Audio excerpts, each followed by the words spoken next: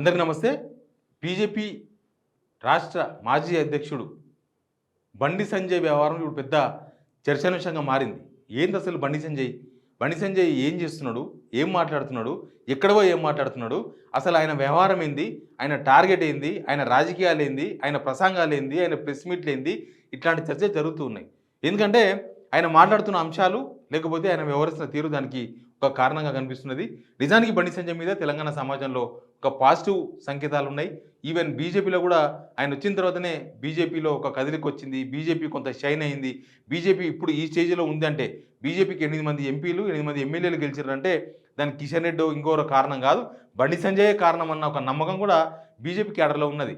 కానీ ఈ మధ్య ఆయన వ్యవహరిస్తున్న తీరు అనేక అనుమానాలకు, అనేక చర్చలకు, అనేక వ్యవహారాలకు దారితీస్తున్నది. ఎందుకంటే ఆయన వ్యవహరిస్తున్న తీరే మనం ఫస్ట్ నుంచి చూసుకుంటూ వద్దాం. ఆయన కేంద్ర సహాయ మంత్రి అయిపోయినారు హోంశాఖకు. అయిన తర్వాత ఆయన వ్యవహార శైలి కొంత అనుమానాస్పదంగా ఉన్నది. దాని మీద చర్చ జరుగుతున్నది, అందరూ మాట్లాడుకుంటున్నారు.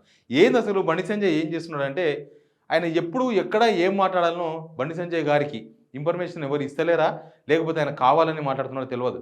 నిజానికి ఇక్కడ ఉన్నది రాష్ట్ర ప్రభుత్వం కాంగ్రెస్.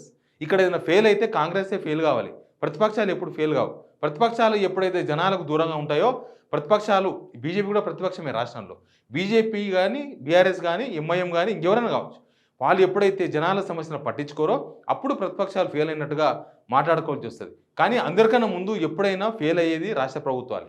కానీ ఇక్కడ చూడండి, ఎప్పుడు చూసినా బండి సంజయ్ మాట్లాడేది ఏంటంటే మాట్లాడితే ఎంఐ మీద మాట్లాడుతున్నాడు, లేకపోతే కేసీఆర్ మీద మాట్లాడుతున్నాడు. మిగతా కాంగ్రెస్ మీద కానీ అధికార పార్టీ మీద ఏం మాట్లాడతలేరు. అంశం దొరికినా ఆ అంశంలో ప్రభుత్వాన్ని సేఫ్ సైడ్ చేస్తున్నాడు బండి సంజయ్ సేఫ్ సైడ్ చేస్తున్నట్టుగా కనిపిస్తున్నది. మనకు ఈ మధ్య కాలంలో జరిగిన ఆదిలాబాద్లో జరిగిన ఒక ఇన్సిడెంట్ మనకు తెలుసు. అక్కడ మొత్తం ఆదివాసీలంతా కూడా ఆగ్రహానికి గురైనరు. ఆదివాసీలు అక్కడ జరిగిన ఒక అఘాయిత్యం అదంతా కూడా మీకు అందరికి తెలుసు. జైనూరులో ఆ అఘాయిత్యం తర్వాత బండి సంజయ్ ఒక ప్రెస్ నోట్ విడుదల చేసిండు. ఆయన ప్రెస్ నోట్లో ఏముందంటే, ప్రెస్ నోట్లో నిజానికి అక్కడ ఆ అఘాయిత్యం జరగడానికి ప్రధానమైన కారణం శాంతి భద్రతలను కాపాడంలో ప్రభుత్వం ఫెయిల్ కావడం, రాష్ట్రానికి ఒక హోంమంత్రి లేకపోవడం, ఆ హోంశాఖ సీఎం రేవంత్ రెడ్డి దగ్గర ఉండడం, ఆయన దాన్ని పట్టించుకోకపోవడం, దాంతో రాష్ట్రంలో అఘాయిత్యాలు చాలా జరుగుతున్నాయి, శాంతి భద్రతలు కంట్రోల్లో ఉన్న విషయం మనకు అందరికి తెలుసు.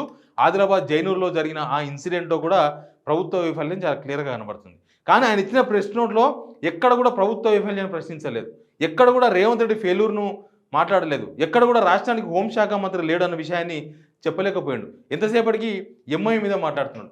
ఎంఐఎంకు రాష్ట్రంలో అక్కడ జరిగిన అఘాయిత్యానికి ఏమైనా సంబంధం ఉందా? అక్కడ జరిగిన వ్యవహారంలో ఒక ముస్లిం పర్సన్ ఉండొచ్చు. ఆ ముస్లిం పర్సన్ ఉన్నప్పుడు నువ్వు ఖచ్చితంగా ఆ అంశాన్ని లేవనెత్తవచ్చు.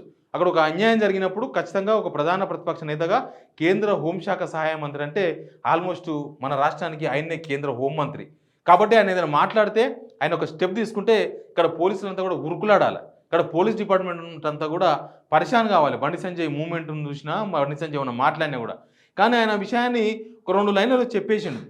ఇదంతా ఒక ఎంఐఎం వైఫల్యంగా చెప్తున్నాడు. ఎంఐఎంకు అక్కడ జరిగిన అఘాయిత్యానికి ఏం సంబంధం? ముస్లింలు అందరూ ఎంఐఎమేనా?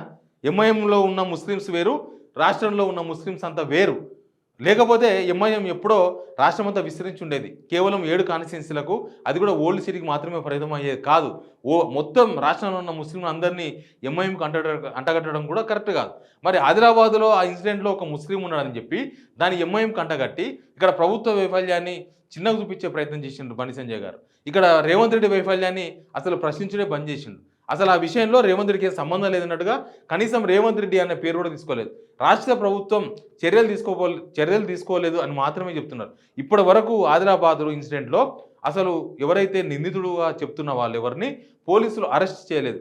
అసలు కేంద్ర హోంశాఖ సహాయ మంత్రిగా ఉన్నప్పుడు ఎందుకు అరెస్ట్ చేయలేదని చెప్పి ఆయన రిపోర్ట్ అడగవచ్చు ఇక్కడ ఉన్న రాష్ట్ర హోంశాఖను. కానీ ఇప్పటిదాకా ఆ ఇన్సిడెంట్కి సంబంధించిన పూర్తి వివరాలను బండి సంజయ్ గారు తీసుకోలేదు. కనీసం ఎందుకు అక్కడున్న ఎవరైతే ఆ ఇన్సిడెంట్లో ఉన్న వాళ్ళు ఉన్నారో ఆ నిందితులను ఇప్పటిదాకా ఎందుకు అరెస్ట్ చేయలేదని బండి సంజయ్ గారు మాట్లాడలేదు. ఇది ఒక మచ్చుకొక ఉదాహరణ. ఇంకొక ఉదాహరణ ఖమ్మం ఫ్లడ్స్కు సంబంధించింది. ఖమ్మం ఫ్లడ్స్ విషయంలో మొన్ననే బట్టి విక్రమార్క గారు, బండి సంజయ్ గారు, తర్వాత కేంద్ర మంత్రి వ్యవసాయ శాఖ మంత్రి శివరాజ్ సింగ్ చౌహాన్ వీళ్ళందరూ కలిసి ఒకటే హెలికాప్టర్లో విజయవాడ నుంచి ఖమ్మానికి పోయి ఖమ్మంలో చూసేసిన తర్వాత సెక్రటేరియట్లో మీటింగ్ అయింది. సెక్రటేరియట్లో మీటింగ్ పెట్టినప్పుడు కేంద్రం ఇచ్చిన డబ్బులు 1350 కోట్లు ఎన్డీఆర్ఎఫ్ ఫండ్స్ ఇక్కడ వీళ్ళ దగ్గర ఉన్నాయి, ఇక్కడ స్టేట్ డిజాస్టర్ అకౌంట్స్లో ఉన్నాయి. ఆ 1,350 కోట్ల రూపాయలు ఎందుకు ఖర్చు పెట్టలేదు, అసలు ఇక్కడ ఖమ్మంలో ప్రభుత్వం ఎట్లా ఫెయిల్ అయిందన్న విషయాన్ని బండి సంజయ్ గారు చెప్పలేకపోయారు. సెక్రటరీలో మీటింగ్ తర్వాత ఆయన సెక్రటరీ పోవడమే గొప్పగా మాట్లాడినట్టు, బయటకు వచ్చిన తర్వాత దోమ్ స్కూల్ కొడతామన్నారు. తర్వాత ఖమ్మం వరదల విషయంలో ప్రభుత్వ వైఫల్యాలను ఆయన చెప్పలేకపోయాడు. రేవంత్ రెడ్డి వైఫల్యాన్ని అసలే చెప్పలేకపోయాడు. ఖమ్మం జిల్లాలో ఉన్న 3 మంత్రుల వైఫల్యాలను బండి సంజయ్ గారు చెప్పలేకపోయారు. ఎందుకో ప్రభుత్వం పైన బండి సంజయ్ గారు సాఫ్ట్ కార్నర్లో ఉన్నారు. అక్కడ కూడా కేసీఆర్ గురించే మాట్లాడింది. అంతకుముందు ఆదిలాబాద్ జరిగిన ఇన్సిడెంట్లేమో ఎంఐఎంకు అండగట్టిండు. ఇక్కడ ఈ ఖమ్మం ఫ్లడ్స్ విషయంలోనూ కేసీఆర్కి అండగట్టే ప్రయత్నాలు చేసిండ్రు. కేసీఆర్ అది, కేసీఆర్ ఇది, కేసీఆర్ బయటికి రాలేదు, కేసీఆర్ పూజలు చేస్తే దాన్ని తప్పుపట్టిండు, కేసీఆర్ పూజలు కావి క్షుద్ర పూజలు, ఆయన దశమగ్రహం, ఇట్లాంటి కామెంట్ చేసిండ్రు. అసలు జనమంతా కేసీఆర్ దశమగ్రహమా, కేసీఆర్ యాగం చేసింది దేనికోసం అని ఎవరు ఆలోచిస్తలేరు. యాగాలు పూజలు చాలామంది చేస్తూ ఉంటారు, అందులో కేసీఆర్ ఒకరు. కేసీఆర్ యాగం చేయడంలో స్పెషలిస్టు. ఆయన వ్యక్తిగతంగా ఆయన పూజ చేస్తున్నాడు. నిజానికి ఆయన ఎవరికి మీడియా కూడా ఇన్ఫర్మేషన్ ఇవ్వలేదు, ఈవెన్ వాళ్ళ పార్టీ వాళ్ళకు కూడా ఎవరికి ఇన్ఫర్మేషన్ ఇవ్వలేదు ఆయన యాగం గురించి. ఆయన బాధలు, ఆయన కష్టాలు, ఆయన పూజలు, ఎవరికైనా అంతే కదా. ఎవరికైనా మంచి జరగాలనో, మంచి జరగబోతుందనో, లేకపోతే చెడు నుంచి బయటపడేందుకో పూజలు చేస్తారు. కేసీఆర్ కూడా అంతే. కేసీఆర్ కూడా సాధారణ మానవుడే తప్ప పైనకి వెళ్ళి దిగొచ్చిన ఆయన ఏం కాదు. అట్లాంటి టైంలో ఖమ్మం ఫ్లడ్స్ విషయంలో జనమంతా కూడా అల్లాడుతుంటే, జనమంతా కూడా కనీసం నిత్యావసర సరుకులు దొరకక పరిశానలో ఉంటే ప్రభుత్వం మమ్మల్ని పట్టించుకోలేదు, మమ్మల్ని కనీసం అలర్ట్ చేయలేదు, మమ్మల్ని ఒక హెలికాప్టర్ తీసుకొచ్చి రక్షించలేదు, కనీసం మాకు ఒక పులిహోర ప్యాకెట్ కూడా ఇవ్వలేదు ప్రభుత్వము, 3 మంత్రులు ఉండి మమ్మల్ని కాపాడుకోలేకపోయినాము, మేమంతా కట్టుబడితో మిగిలిపోయినాము. వాళ్ళంతా అల్లాడుతుంటే హెలికాప్టర్ తిరిగి వచ్చిన కేంద్ర హోంశాఖ సహాయ మంత్రి బండి సంజయ్ ఏం మాట్లాడాలి, అక్కడున్న సిచ్యువేషన్ ఏంది, అక్కడున్న పరిస్థితులు ఏంది, అక్కడ ఏ విధంగా ప్రభుత్వం కనీసం ప్రభుత్వాన్ని ప్రశ్నించకపోయినా ప్రభుత్వానికి ఒక సూచన చేయొచ్చు. ఒకవేళ సాఫ్ట్ కార్నర్ ఉంటే రేవంత్ రెడ్డి గారు మీరు నెక్స్ట్ ఇది చేయాలి, రేవంత్ రెడ్డి గారు మీరు నెక్స్ట్ ఖమ్మం ప్రజలకు ఇది చేయాల్సిందే ఆయన డిమాండ్ కూడా చేయొచ్చు. కనీసం సూచన చేయొచ్చు. డిమాండ్లు లేవు, సలహాలు లేవు, సూచనలు లేవు. అక్కడ జరిగిన విషయాలను ప్రస్తావించకుండా, అవన్నీ ప్రభుత్వం దృష్టికి తీసుకురాకుండా, కనీసం మీడియా దృష్టికి తీసుకొచ్చి ప్రభుత్వ వైఫల్యాలను చెప్పకుండా, కనీసం అక్కడ జనాల కష్టాలను కూడా చెప్పకుండా కేవలం రాజకీయాలు మాట్లాడింది. నేను టూమ్స్ కొడతా, ఇక్కడున్న సెక్రటరీ పైన వచ్చిన గవర్నమెంట్ వచ్చిన తర్వాత ఎట్లొస్తుంది మీ గవర్నమెంట్ ఇట్లా మాట్లాడితే? ఇక్కడ ఉన్నది రాష్ట్ర ప్రభుత్వం, కాంగ్రెస్. మీరు కాంగ్రెస్ తప్పులను ఎంచకపోతే, కాంగ్రెస్ తప్పుల గురించి మాట్లాడకపోతే, కాంగ్రెస్ మీద విమర్శలు చేయకూడదని బండి సంజయ్ గారు అనుకుంటే బీజేపీ ప్రభుత్వం ఎట్లా వస్తుందని కార్యకర్తలే మాట్లాడుకునే సిచ్యువేషన్ ఇప్పుడు కనిపిస్తున్నది. ఇది ఒకటే కాదు, మనకు ఈ రెండింటికన్నా ముందు ఒక ఇన్సిడెంట్ జరిగింది. ఆయన బీజేపీ ఆఫీస్లో ఒక చిట్చాట్ చేసిండు.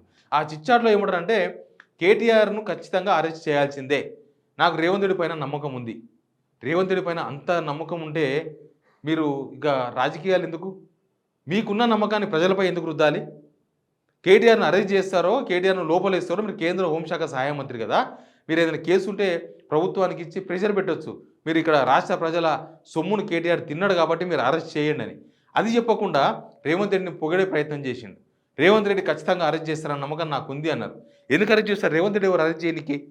రేవంత్ రెడ్డి ఇప్పుడు రేవంత్ రెడ్డి ఎవరినంటే వాళ్ళని అరెస్ట్ చేయగలరు రాష్ట్రంలో?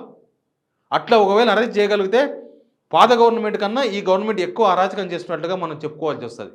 ఎందుకంటే ఎవరు తప్పు చేసినా వదలొద్దు, ఎవరు తప్పు చేసినా లోపలేస్తారు. అదంతా కూడా హోంశాఖ చూసుకుంటుంది, పోలీసులు చూసుకుంటారు, ఇంకేమైనా ఉంటే కోర్టులు కూడా చూసుకుంటాయి. కానీ రేవంత్ రెడ్డి వ్యక్తిగత కక్షతో ఎవరైనా అరెస్ట్ చేయాలని కోరుకుంటున్నారా బండి సంజయ్ గారు కేంద్ర హోంశాఖ సహాయ మంత్రిగా? ఇక ఇప్పటి వరకు ఆయన చేసిన వ్యవహారాలంతా ఇంతే.